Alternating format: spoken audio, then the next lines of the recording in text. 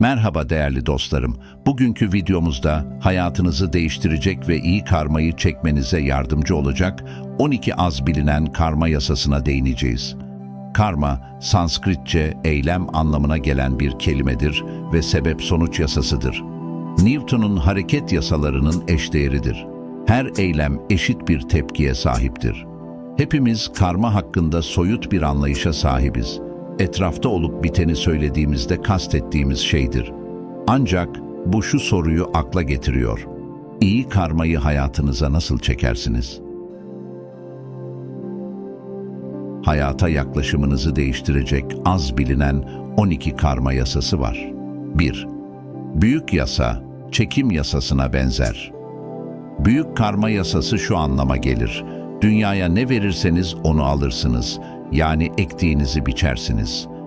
Eğer dürüst ilişkiler istiyorsak, samimi ve özgün olmalıyız. Eğer mutluluğu özlüyorsanız, buna göre davranın ve sevincinizi başkalarıyla paylaşın. Eğer aradığınız maddi bolluksa, cömert olun ve karşılığında hiçbir şey beklemeyin. Eğer dürüst ilişkiler istiyorsak, samimi ve özgün olmalıyız. İlişkilerde yalan söylemek, gizli gündemlere sahip olmak veya insanları manipüle etmek sonunda bize zarar olarak döner. Dürüstlük ve açıklık güven inşa eder ve bu güven güçlü ve sağlıklı ilişkilerin temelini oluşturur.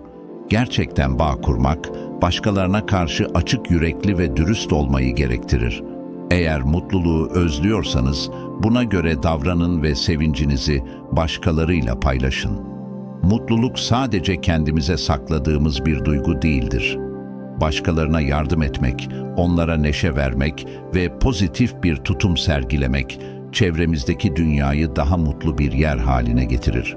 Paylaşılan mutluluk, katlanarak geri döner ve kendi yaşamımızı da aydınlatır. Eğer aradığınız maddi bolluksa, cömert olun ve karşılığında hiçbir şey beklemeyin. Zenginlik sadece maddi birikimle sınırlı değildir. Zamanımızı, enerjimizi ve kaynaklarımızı başkalarıyla paylaşmak, evrenin bize bolluk ve bereket getirmesini sağlar. Cömertlik, açgözlülüğün ve kıskançlığın panzehiridir.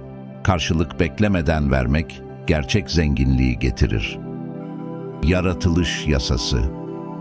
Yaratılış yasası, etrafımızdaki her şeyin birinin niyetiyle yaratıldığını, hatta hayatlarımızın bile bu niyetlerin sonucu olduğunu ifade eder. Bu yasa, düşüncelerimizin ve duygularımızın çevremizdeki fiziksel gerçekliği nasıl şekillendirdiğini vurgular. Çoğu insan için bu süreç bilinçsizce gerçekleşir. Farkında olmadan iç dünyamızın dış dünyamızı şekillendirmesine izin veririz. Ancak bilinçli bir çaba ile hayatımızı yönlendirebiliriz. Bu nedenle olayların gerçekleşmesini bekleyemeyiz. Onların gerçekleşmesi için harekete geçmeliyiz. Bir şeyi arzulamak veya bir hedefe ulaşmak için sadece düşünmek yeterli değildir. Aynı zamanda eyleme geçmek gerekir. Hedeflerinize ulaşmak için adımlar atmalı ve çaba göstermelisiniz. Örneğin, yeni bir iş bulmak istiyorsanız, İş ilanlarını araştırmalı, başvurular yapmalı ve mülakatlara hazırlanmalısınız. Kendinizi istediğiniz şeyle çevreleyin, böylece arzularınıza yardımcı olur. Pozitif bir çevre yaratmak, hedeflerinize ulaşmanıza destek sağlar. Kendinizi motive edici ve destekleyici insanlarla, ilham verici kitaplarla veya hedeflerinizi hatırlatan görsellerle kuşatın. Bu, hem moralinizi yüksek tutar hem de size sürekli olarak ne için çalıştığınızı hatırlatır. Ayrıca niyetlerinizi belirlemek ve bunları yazılı hale getirmek, hedeflerinize ulaşmanızda önemli bir adımdır. Niyetlerinizi belirgin ve somut hale getirirseniz, onları gerçekleştirmek için gereken motivasyonu ve enerjiyi bulmanız daha kolay olur. Hayallerinizi gerçekleştirmek için somut planlar yapın ve bu planları adım adım uygulayın. Yaratılış yasası, yaşamınızı bilinçli olarak yönlendirmenin gücünü ve önemini vurgular. İç dünyanızı pozitif bir şekilde düzenleyerek ve aktif bir şekilde harekete geçerek hayatınızda istediğiniz değişiklikleri yaratabilirsiniz. Alçak gönüllülük yasası. Budizm, alçak gönüllülük yasasını vurgular ve bu yasa karmik dengenin önemli bir parçasıdır. Alçak gönüllülük yasası, kabullenmeyi ve olanı olduğu gibi kabul etmeyi öğretir. Evrensel bir erdeme yakın olan bu anlayış, değişim ve gelişim için önce mevcut durumu kabullenmemiz gerektiğini ifade eder. Ancak bu kabullenme pasif bir teslimiyet değildir. Aksine, gerçek değişimin ve içsel büyümenin ön koşuludur. Örneğin, kişisel gelişim yolculuğunda hatalarımızı ve zayıflıklarımızı kabul etmek ilk adımdır. Bir insan eksikliklerini kabul etmeden onları düzeltemez. İş yerinde veya sosyal ilişkilerde yaşanan bir çatışmayı ele alalım. Bu tür durumlarda alçak gönüllülük, durumu olduğu gibi kabul etmeyi ve sorunu çözmek için empati ve anlayış geliştirmeyi gerektirir. Kendi hatalarımızı görmek ve bunları düzeltmek için çaba göstermek, daha sağlıklı ve yapıcı ilişkiler kurmamıza yardımcı olur. Alçak gönüllülük aynı zamanda aşırı gururdan kaçınmayı ve diğer insanları daha derin bir anlayışla dinlemeyi teşvik eder. Bu yaklaşım daha mütevazı ve açık fikirli olmamızı sağlar. Alçak gönüllülük, başkalarının görüşlerini dikkate alarak kendi bilgi ve deneyimimizin sınırlılıklarını kabul etmeyi içerir. Bu, sürekli öğrenme ve kişisel gelişim için gereklidir. Alçak gönüllülük yasası, kendini ve dünyayı olduğu gibi kabul etmenin, ruhsal gelişim ve aydınlanma yolunda atılması gereken önemli bir adım olduğunu belirtir. Bu yasa, bireylerin daha huzurlu ve dengeli bir yaşam sürmesine katkı sağlar. İçsel barış ve dış dünya ile uyum, bu yasanın uygulanmasıyla mümkündür. Sonuç olarak, alçak gönüllülük yasası, değişim ve büyüme için ilk adım olarak kabullenmeyi öğretir. Olanı kabul etmek, daha derin bir anlayış ve empati geliştirmek için bir fırsattır ve bu, kişisel ve toplumsal gelişim için hayati öneme sahiptir. Büyüme kanunu. Gerçek değişim ancak içimizdeki kişiyi değiştirdiğimizde gerçekleşebilir. Bu ilke, dış dünyada anlamlı ve kalıcı değişimler yaratmak için önce kendimize odaklanmamız gerektiğini ifade eder. Kendi düşünce, tutum ve davranışlarımız üzerinde çalışarak içsel büyümemizi sağladığımızda, etrafımızdaki dünyada da pozitif değişimlerin kapısını aralarız. Kendimiz üzerinde mutlak kontrole sahibiz ve büyümemiz her türlü koşulun ötesindedir. Örneğin, bir kişinin daha sabırlı olmak istemesi durumunda, öncelikle kendi içsel sabırsızlık nedenlerini anlaması gerekir. Sabırsızlığa yol açan faktörleri belirleyip bunlarla yüzleşmek, kişinin daha sabırlı olmasını sağlayabilir. Bu süreç, kişinin kendine dürüst olması ve içsel bir çalışma yapmasını gerektirir. Aynı şekilde, iş yerinde liderlik pozisyonunda olan birinin daha etkili bir lider olmak istemesi, önce kendi liderlik becerilerini ve tarzını gözden geçirmesiyle başlar. Kendi güçlü ve zayıf yönlerini analiz ederek daha iyi bir lider olmak için gerekli adımları atabilir. Büyüme kanunu ayrıca değişim sürecinde kararlılığın önemini vurgular. Gerçek değişimi ve büyümeyi deneyimlemek için kendimizi değiştirmeye kararlı olmalıyız. Bu, sürekli bir öz farkındalık ve öz disiplin gerektirir. Değişim yolunda karşımıza çıkan engellerle başa çıkabilmek için irade ve azim göstermeliyiz. Kendimiz üzerinde mutlak kontrole sahip olduğumuz bilinci, kişisel sorumluluğu da beraberinde getirir. Hayatımızdaki değişimlerin kaynağı biziz ve bu değişimler üzerinde kontrol sahibiyiz. Dış etkenlerden bağımsız olarak kendi içsel süreçlerimizi yönetebilir ve büyümemizi her türlü koşulun ötesine taşıyabiliriz. Bu yaklaşım, bireyin kendine olan güvenini artırır ve daha bilinçli bir yaşam sürmesini sağlar. Özetle, büyüme kanunu, gerçek ve kalıcı değişimin içsel bir süreç olduğunu vurgular.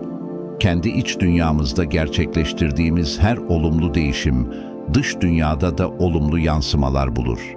Kendimize odaklanarak, içsel güç ve kararlılıkla hayatta istediğimiz değişiklikleri gerçekleştirebiliriz. Sorumluluk yasası. Etrafınızda olup bitenlerin kaynağı sizsiniz ve dış dünya iç durumumuzu yansıtır. Eğer çevrenizde kaos varsa, içinizde türbülans var demektir ve barışı getirmenin tek yolu yasa dahilinde barışı bulmaktır. Bu yasa bize etrafımızdaki dünyanın durumuna sahip çıkmayı öğretir, çünkü ancak o zaman onu değiştirebiliriz. Bu yasa, bireyin kendi içsel deneyimlerinin ve düşüncelerinin dış dünyayı nasıl etkilediğini vurgular. Örneğin, birisi sürekli olarak çevresinde çatışma ve anlaşmazlık yaşıyorsa, bunun altında yatan içsel türbülansları ve belirsizlikleri gözden geçirmesi gerekebilir. İç huzursuzluklar ve belirsizlikler, dış dünyada karmaşıklığa yol açabilir. Ancak bu durumu değiştirmek için önce kendi iç barışımızı sağlamamız gereklidir. Öz sorumluluk almak, dış dünyadaki olayların kaynağını anlamamıza yardımcı olur. Bu yaklaşım, etrafımızdaki dünyayı daha iyi anlamamızı ve etkilememizi sağlar. Barışı ve düzeni içsel olarak bulduğumuzda, bu durum dış dünyada da yansıma bulur ve çevremizdeki ilişkilerde daha sağlam temeller oluşturabiliriz. Bağlantı yasası.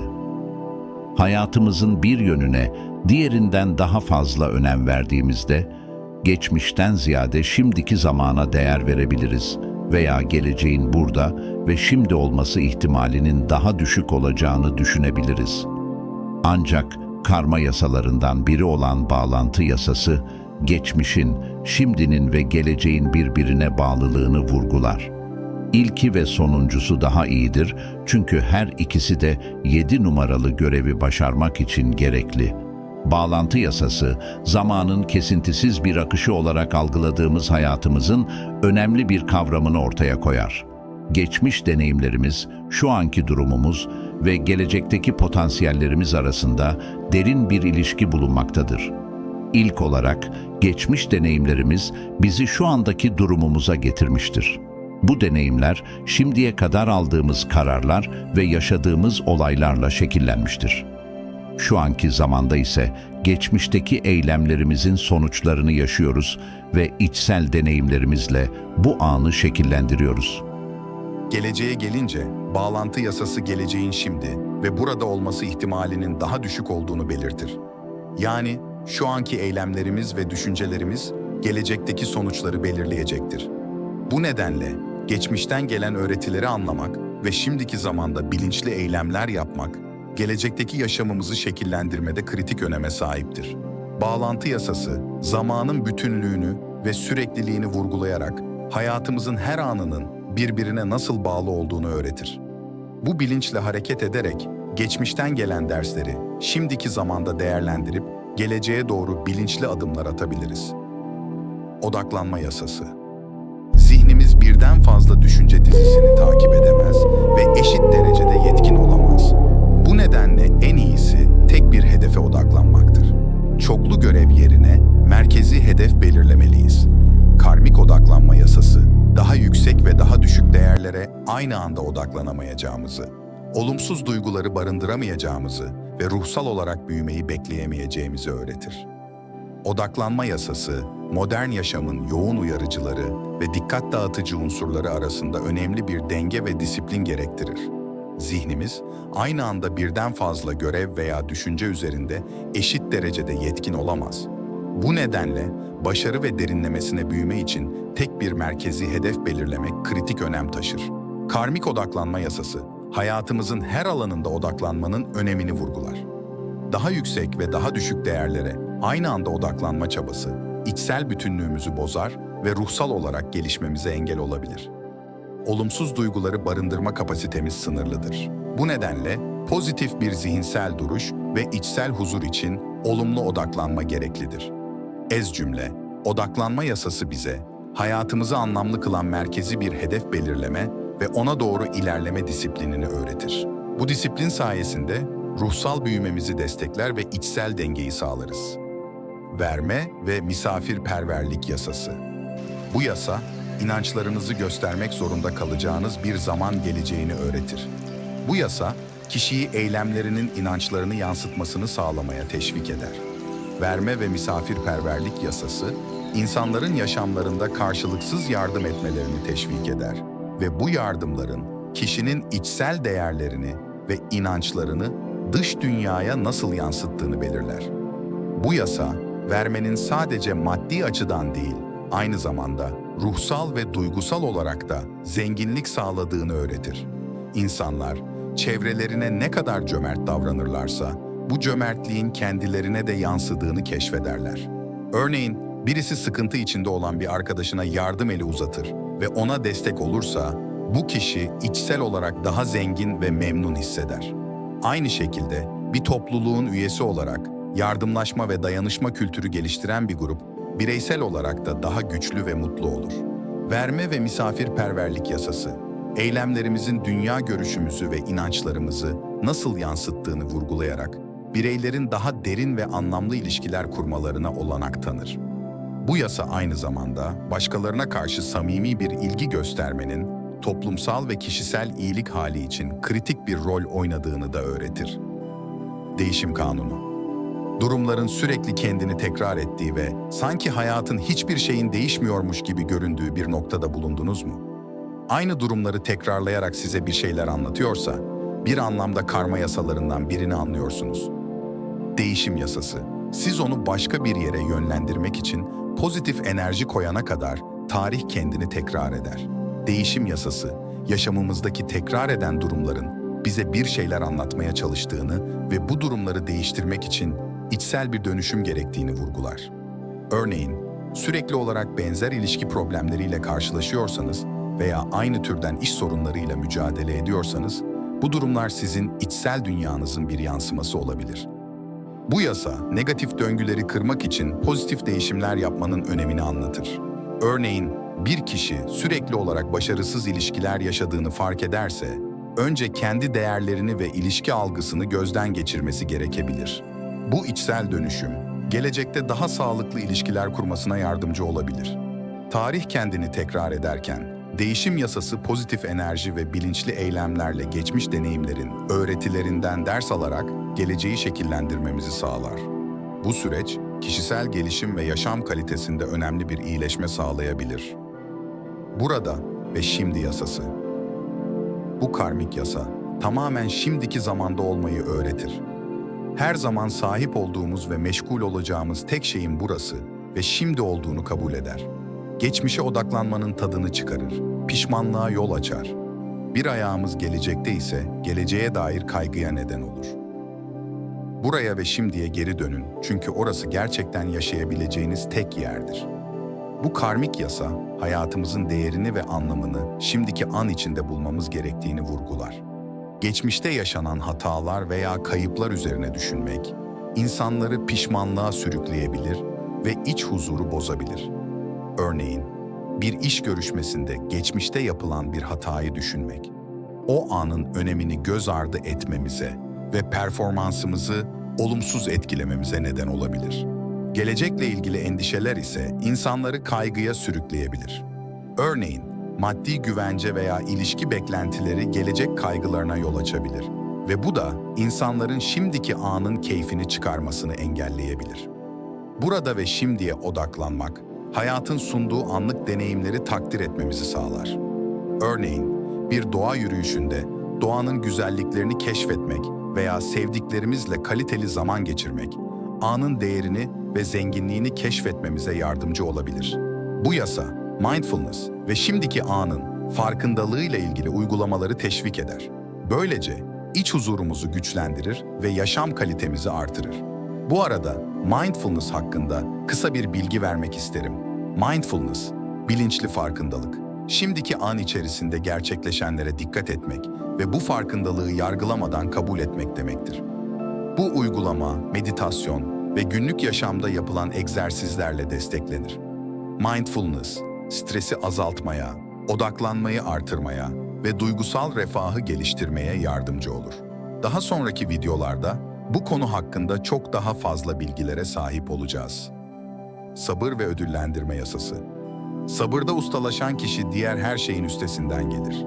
İyi şeyler bekleyenlere gelir ve sabrın yerini hiçbir şey alamaz. Sebat ve zor hüsnü kuruntu ile çalışmak, herhangi bir değer yaratmak için ağır işleri yapmaya istekli olmayı gerektirir. Sabır, insanın içsel gücünü ve dayanıklılığını simgeler. Sabırlı olmak, zorluklar karşısında direnç göstermek ve olumlu sonuçları beklemek demektir. Örneğin, bir işte yükselmek için uzun süre emek vermek ve sabırla beklemek sonunda başarıyı getirebilir. Sabır, kişinin hedeflerine ulaşmasında önemli bir faktördür. Sabır aynı zamanda ruhsal bir güçtür. Örneğin, bir ilişkide yaşanan anlaşmazlıkları sabırla çözmek, ilişkinin sağlamlaşmasına ve daha derin bağlar kurulmasına yardımcı olabilir. Sabır, iş hayatında da önemli bir rol oynar. Yeni bir proje üzerinde çalışırken sabırla detayları düşünmek ve sorunları çözmek, proje başarısını artırabilir. Örneğin, bir teknoloji şirketinde yeni bir ürün geliştirirken sabırla test ve revizyon süreçlerini yönetmek, ürünün piyasaya sürülmesindeki başarıyı belirleyebilir. Sabır, spor ve fitness gibi fiziksel aktivitelerde de önemlidir. Örneğin, vücut geliştirme antrenmanlarında sabırla programı takip etmek ve düzenli olarak çalışmak, istenen fiziksel sonuçları elde etmede kritik bir faktördür. Bu yasa, sabrın sadece bireysel başarılarımızı değil, aynı zamanda toplumsal ilişkilerimizi ve hayatımızın genel kalitesini nasıl etkilediğini anlamamıza yardımcı olur. Önem ve ilham kanunu. Bu yasa, ne kadar önemsiz hissedersek hissedelim bütüne katkıda bulunuruz ve bizim katkımız olmadan evren farklı olur. Ne kadar küçük görünürse görünsün, motivasyon desteğine ihtiyaç duyduğunuzda üzerinde düşünmeniz gereken bir yasadır. Bu yasa, ayrıca herhangi bir girişimin değerinin, bu karma yasalarını takip ederek onlara yönelik enerji ve niyetin sonucu olduğunu öğretir. İyi karmayı çektiğinizde ve bir bütün olarak katkınızın olumlu olduğunu hissedersiniz. Önem ve ilham kanunu, her bireyin varlığının evrenin bütünlüğüne nasıl katkı sağladığını vurgular. Bu yasa, küçük gibi görünen her eylemin ve düşüncenin bile evrensel bir etkiye sahip olduğunu öğretir. Örneğin, günlük hayatta sıradan bir yardımseverlik eylemi karşınızdaki kişinin gününü değiştirebilir ve dolayısıyla toplumsal bir iyiliğe dönüşebilir. İlham kanunu, insanların ne kadar değerli olduklarını ve yeteneklerinin evrenin büyük resmine nasıl entegre olduğunu hatırlatır. Örneğin, bir sanatçının yaptığı bir eser, izleyiciler üzerinde derin duygusal etkiler bırakabilir ve bu eser geniş bir kitleye ilham verebilir. Bu yasa aynı zamanda kişisel gelişimde de önemlidir. Bireyler kendi yeteneklerine ve içsel güçlerine güvenerek çevrelerine ve dünyaya pozitif bir etki yapabilirler. Örneğin, bir liderin vizyonu ve kararlılığı takımının başarıya ulaşmasında belirleyici olabilir ve bu liderlik tarzı diğerleri üzerinde olumlu bir ilham etkisi yaratabilir. Özetle, önem ve ilham kanunu, her bireyin önemli olduğunu ve küçük bile olsa her eylemin değerli bir katkı sağladığını öğretir. Bu yasa, insanların kendi potansiyellerini keşfetmelerine ve evrensel bir bilinçle hareket etmelerine ilham verir. Umarım iyi karmayı hayatınıza nasıl çekeceğinizi öğrenmenize biraz da olsa yardımcı olabilmişizdir. Unutmayın, ektiğimizi biçeriz. Dolayısıyla dünyaya ne verirsek onu geri alırız. Bu 12 karma yasasını hayatınıza uygulayarak hem kendinizi hem de etrafınızdaki dünyayı olumlu yönde dönüştürebilirsiniz. Videomuzu beğendiyseniz beğen tuşuna basmayı, yorum yapmayı ve kanalımıza abone olmayı unutmayın. Bir sonraki videomuzda görüşmek üzere. Hoşça kalın.